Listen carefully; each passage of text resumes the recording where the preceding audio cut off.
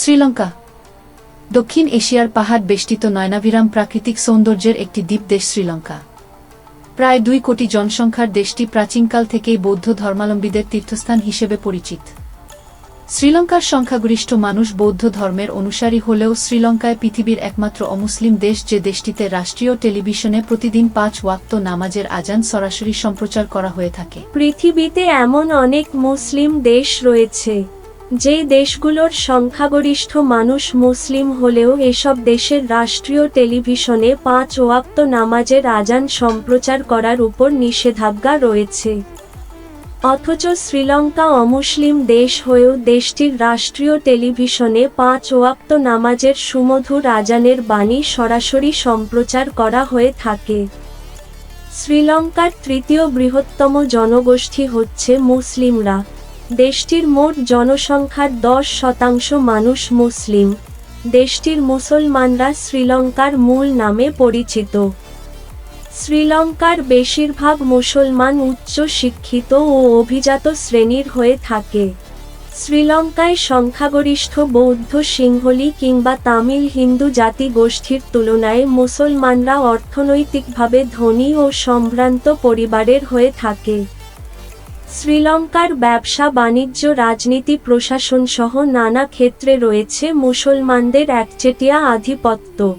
শ্রীলঙ্কার বৈদেশিক বাণিজ্যের উল্লেখযোগ্য অংশ নিয়ন্ত্রণ করে শ্রীলঙ্কার মুসলমানরা।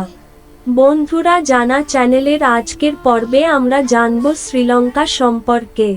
নতুন হয়ে থাকলে চ্যানেলটি সাবস্ক্রাইব করার অনুরোধ রইল। শ্রীলঙ্কা ভারত মহাসাগরে অবস্থিত একটি দ্বীপ দেশ। দেশটির পুরো নাম গণতান্ত্রিক সমাজতান্ত্রিক প্রজাতন্ত্র শ্রীলঙ্কা। দেশটির মোট আয়তন 65,600 বর্গ কিলোমিটার। শ্রীলঙ্কার মোট জনসংখ্যার 70% বৌদ্ধ ধর্মের অনুসারী। বাকি 14% তামিল হিন্দু এবং 10% মানুষ ইসলাম ধর্মের অনুসারী। শ্রীলঙ্কাতে রয়েছে পৃথিবীর সর্বপ্রথম মানব হযরত আদম আলাইহিস সালামের পাহাড়। মহান আল্লাহ তাআলা হযরত আদম আলাইহিস সালামকে জান্নাত থেকে বের করে দুনিয়াতে পাঠিয়ে দেওয়ার পর তিনি সর্বপ্রথম শ্রীলঙ্কার এই পাহাড়ের চূড়ায় পা রাখেন। পাহাড়ের চূড়ায় হযরত আদম আলাইহিস সালামের সেই পায়ের ছাপ এখনও বিদ্যমান রয়েছে। প্রতিবছর পৃথিবীর বিভিন্ন দেশ থেকে লক্ষ লক্ষ পর্যটক হযরত আদম আলাইহিস সালাম এর পায়ের ছাপ কি দেখতে শ্রীলঙ্কার এই পাহাড়টিতে ভিড় করে। পাহাড়ের চূড়ায় আদম আলাইহিস সালামের পায়ের ছাপটিকে শ্রীলঙ্কার স্থানীয় বৌদ্ধ, হিন্দু এবং খ্রিস্টানরা সমানভাবে পবিত্র মনে করে। শ্রীলঙ্কার মানুষের কাছে জনশ্রুতি আছে যে হযরত আদম আলাইহিস সালাম যখন এ পাহাড়ে নামেন তখন তিনি পাহাড়ের বুকে সর্বপ্রথম ডান পা রাখেন। পাহাড়ের নামার পর হযরত আদম আলাইহিস সালাম 100 বছর পর্যন্ত শুধু ডান পায়ের ওপর ভর করে দাঁড়িয়েছিলেন এবং 100 বছর পর্যন্ত তিনি বাম পা মাটিতে রাখেনি।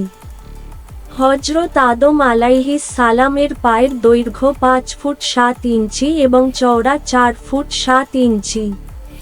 এই বরকতময় পায়ের চিহ্নটি সংরক্ষণের জন্য শ্রীলঙ্কার সরকার একটি 4 কোণা বিশিষ্ট বিল্ডিং তৈরি করেছে। সেখানে প্রবেশের জন্য রয়েছে একটি শক্ত লোহার গেট। সবচেয়ে আশ্চর্যের বিষয় হচ্ছে আদম আলাইহিস সালামের ডান পায়ের চিহ্নটি কেবলামুখী, অর্থাৎ পবিত্র কাবার দিকে ফেরানো। শ্রীলঙ্কানরা হযরত আদম আলাইহিস সালামের পদচিহ্নকে আল্লাহর পক্ষ থেকে পাওয়া অনেক বড় অনুগ্রহ মনে করে থাকে এবং এ পায়ের ছাপটি রক্ষণাবেক্ষণে তারা সর্বদা তৎপর থাকে। আদম আলাইহিস সালামের পায়ের চিহ্নটি সংরক্ষণের জন্য পাহাড়টির উপর 24 ঘণ্টা শ্রীলঙ্কার পুলিশ মোতায়েন থাকে। পর্যটকরা পাহাড়টির চূড়ায় আরোহণ করে আদম আলাইহিস সালামের পায়ের ছাপ দেখতে পারলেও সেখানে ছবি তোলা সম্পূর্ণরূপে নিষিদ্ধ। কেউ যদি গোপনে ছবি তুলতে গিয়ে শ্রীলঙ্কার পুলিশের কাছে ধরা পড়ে তাহলে ওই পর্যটককে কঠোর শাস্তির মুখোমুখি হতে হয়। পুরো বিশ্বের মানুষের কাছে পাহাড়টি অ্যাডামস পিক নামে সবচেয়ে বেশি পরিচিত। আদম পাহাড়ে আরোহণ করা খুবই ঝুঁকিপূর্ণ। হাড়ের চূড়ায় পৌঁছানোর পর গভীর জঙ্গলের ভেতর দিয়ে যেতে হয়।